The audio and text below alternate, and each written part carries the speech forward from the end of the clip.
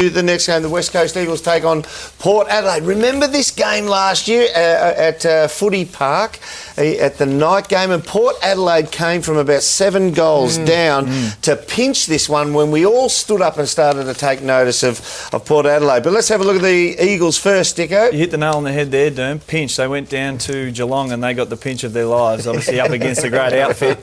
Now, we know Nick Nui will be out, but the luxury they've got is Lysette and Cox, so they can cover their ruck stocks. But it's likely that Shuey, Rosa and Glass will come back into this team, which will obviously give them an enormous boost. It's a troubling thing against Port Adelaide because of their run. Now, last week against the Cats, they didn't run at all and they obviously got exposed. But here's their opportunity.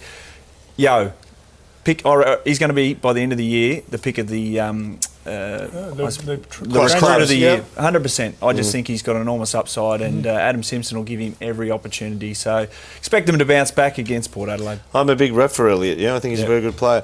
Let's have a look at the Port Adelaide team now. The Power, Jono, what they could possibly do at the selection table. Well, you mentioned Yo coming from Brisbane and Pollock playing for Port Adelaide, who's had a good start to the year as well, coming from Brisbane. They wouldn't mind them at the moment. Chad Wingard, I think, is expected to probably come back into the lineup. Look, it's going to be an unlucky exclusion or an omission from this lineup, because what they produced last week against the Brisbane Lions was back to that power running that we know. Look, they were disappointing the week before against North, but some say that was because of what goes on with the showdown and the build-up to that and the letdown after that, and they certainly recovered well and got themselves back into some fine form against the Brisbane Lions, and their gut-running ability. You mentioned Boak and Corns and these sort of guys, but Ollie Wines, the first contest of that game, second-year player, what he did with putting his head over it to win it was just outstanding. And that set the tone then for everyone else. He's a young player that everyone's growing around at the moment. Yeah.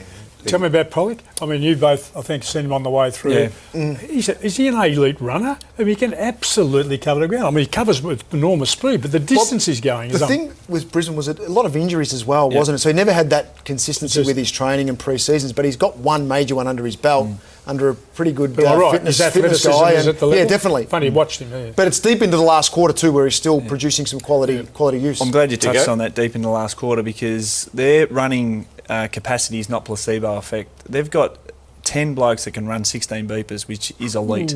Now, when you get into their numbers, running ability... I couldn't do that over 2 days. 2 8s. But their running ability, and Darren Burgess, who's obviously their fitness coach, has got them going beautifully. They're going to run the season out, lengths and bounds. Who are you going for? I'm going for Port Adelaide, just with West Coast inclusions. Okay. I'm the same as he. Port Adelaide. Oh, clean sweep all round. That's danger when you do that.